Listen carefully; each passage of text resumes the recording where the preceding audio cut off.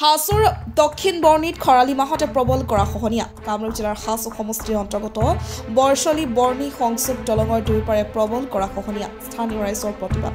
এই বিষয়ে অধিক তথ্য জনাব আমাৰ সাংবাদিক জেহৰুল ইছলামে পুনে ইছলামৰ ওচৰ লাগিছে আছে গুৰু নাবাই হাল থকাতকে নথকাই ভাল অসমীয়াৰে আত্মবাক্য আৰিজান পুনৰ প্ৰযোজ্য হল হাজৰ দক্ষিণ বৰ্ণিত খৰালি কালতে যেন গৰাখহনীয়াৰ কবলত পৰিছে হাজৰ দক্ষিণ বৰ্ণিবাসী ৰাইজ যোৱা মাত্ৰ দুবছৰ সম্পূৰ্ণ নহওঁতে যি দক্ষিণ বৰ্ণি বৰছলি সংযোগী যি ব্ৰিজ নিৰ্মাণ কৰিছিল ব্ৰিজৰ দুপাৰে বিজ্ঞানসন্মতভাৱে গৰাখহনীয়াৰ প্ৰটেকশ্যনৰ যি কথা আছিল ঠিকাদাৰৰ হেমাহিৰ বাবেই তেওঁলোকে কাম নিজে গাফিলতি কৰাৰ বাবে দুয়োপাৰে দলঙৰ দুয়োপাৰে প্ৰবল গৰাখহনীয়াৰ কবলত পৰিছে এয়া মোৰ লগত মোৰ সতীৰ্থসকল আছে আৰু বা মোৰ সহযোগী কেমেৰা পাৰ্চনে সমগ্ৰ পৰিৱেশটো এবাৰ দেখুৱাব বৰছলি বৰ্ণি সংযোগী যিটো মূল পথ এইটো পথেৰে দৈনন্দিন জীৱনে মানুহে গুৱাহাটী বৰপেটালৈ আপ ডাউন কৰিব পাৰে কিন্তু চৰকাৰ তথা স্থানীয় যিজন বিধায়িকা আছিল বিধায়িকাৰ এটা ফোনতে এইখন কাঠৰ দলঙৰ পৰাই পকী দলং নিৰ্মাণ হ'ল কিন্তু আমি জানো যে বিধায়িকাৰ আৰু এটা ফোনত দলঙৰ দুয়োপাৰে পিষ্টিং হ'ব লাগিছিল কিন্তু বিজ্ঞানসন্মতভাৱে গৰাখহনীয়াৰ কোনো প্ৰটেকশ্যন নিদিয়াকৈ তেওঁলোকে RCC দলং নিৰ্মাণ কৰিছে কিন্তু যাৰ ফলত এই অঞ্চলৰ গৰাখহনীয়া ৰাইজৰ কবলত পৰিছে এয়া মোৰ লগত মোৰ স্থানীয় ৰাইজ আছে তেওঁলোকৰ পৰাই কিছু কথা জানিবলৈ যত্ন কৰিম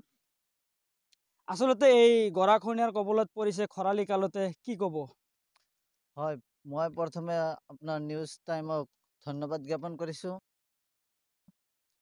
আমাৰ যিটো এই দলং বৰছলি বৰ্ণি সংযোগী দলংখন পুঠিমাৰী নদীৰ ওপৰত বৃহত্তম দলং আৰু এই দলঙৰ সিপাৰতে আমাৰ আছে বৃহত্তম বৰছলি হাইস্কুল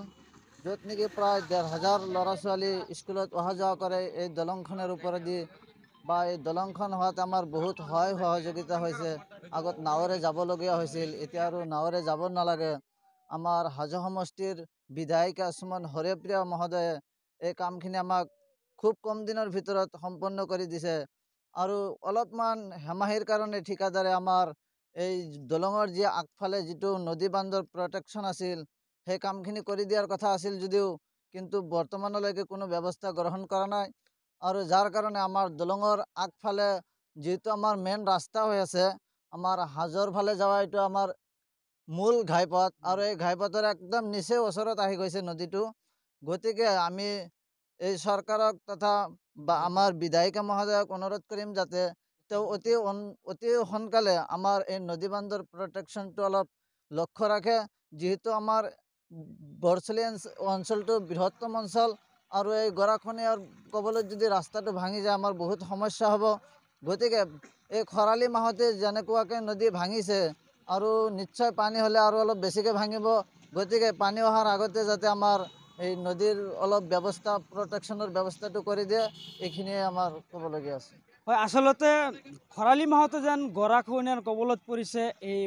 বৰ্ণি বৰছলি সংযোগী যিটো দলঙৰ কাষত দুয়োপাৰে গৰাখহনীয়াৰ কবলত পৰিছে অতি দুখজনক কথা বাৰিষাৰ সময়ত গৰাখহনীয়া এইটো সম্পূৰ্ণ বেলেগ আছিল কিন্তু খৰালি মাহত যে গৰাখহনীয়াৰ কবলত পৰিছে আচলতে আপোনাৰ ঘৰৰ সন্মুখেদি গৰাখহনীয়া আছে কিমান দিন ধৰি গৰাখহনীয়া হৈ আছে এই খৰালি মাহতে তাৰমানে আমাৰ নদী ভাঙি আছে আৰু ৰাস্তা পালেই মেইন ৰাস্তাটো পালেই আৰু অলপমান ভাঙিলে তাৰমানে পাবই কিন্তু যিটো প্ৰটেকশ্যনৰ কথা আছিল যদিও কৰা নাই আমি তাৰমানে চৰকাৰৰ পৰাই মানে সহায় বিচাৰিছোঁ আৰু যিটো আমাৰ ঠিকাদাৰ আছিল ঠিকাদাৰে যাতে আমাৰ এই কামটো গুৰুত্ব সহকাৰে যাতে কৰি দিয়ে গম পাইনে মোতালেব আব্দুল মোতালেব বুলি আমি গম পাওঁ তেওঁৰ ঘৰ ক'ত জানে না তেখেতৰ ঘৰত ঘৰ আছিল হেৰি চন্তলি গৰামাৰী ছয়গাঁও বুলি গম পাইছোঁ তেওঁলোকৰ যোগাযোগ আছিল আৰু তেওঁলোকে কামটো নিজে হেমাহিৰভাৱে কৰি দিম বুলি কৈছিল কিন্তু হেমাহিৰ কাৰণেই এনেকুৱা আমি তাৰমানে খৰালি মাহতে কৰি নিদিয়াৰ ফলত আজি গৰাখহনীয়াৰ কবলত পৰিছোঁ হয় হেজাৰ হেজাৰ কৃষিভূমিৰ লগতে কেইবাখনো গাঁও আছে এই অঞ্চলত গাঁও থকাৰ ফলত যিসকল ঠিকাদাৰে নিজৰ মুনাফাৰ কাৰণে তেওঁলোকে যিখিনি ৰাইজক জ্বলা কলা খুৱাই আছে আচলতে অতি দুখজনক ক'বলৈ গ'লে আচলতে এই অঞ্চলৰ ৰাইজে স্থানীয় বিধায়িকাক ঠিকাদাৰ মহোদয়ক বাৰম্বাৰ অনুৰোধ জনাই আহিছে যদিও ঠিকাদাৰে কোনো ধৰণৰ গুৰুত্ব দিয়া নাই আচলতে অনাগত দিনত যাতে চৰকাৰ তথা স্থানীয় বিধায়িকাই এই কামখিনি অতি সোনকালে কৰি দিয়াৰ ব্যৱস্থা কৰে তাৰে কামনা কৰি মই হাজোৰ পৰা জেহেৰুল ইছলাম, টাইমছ 24।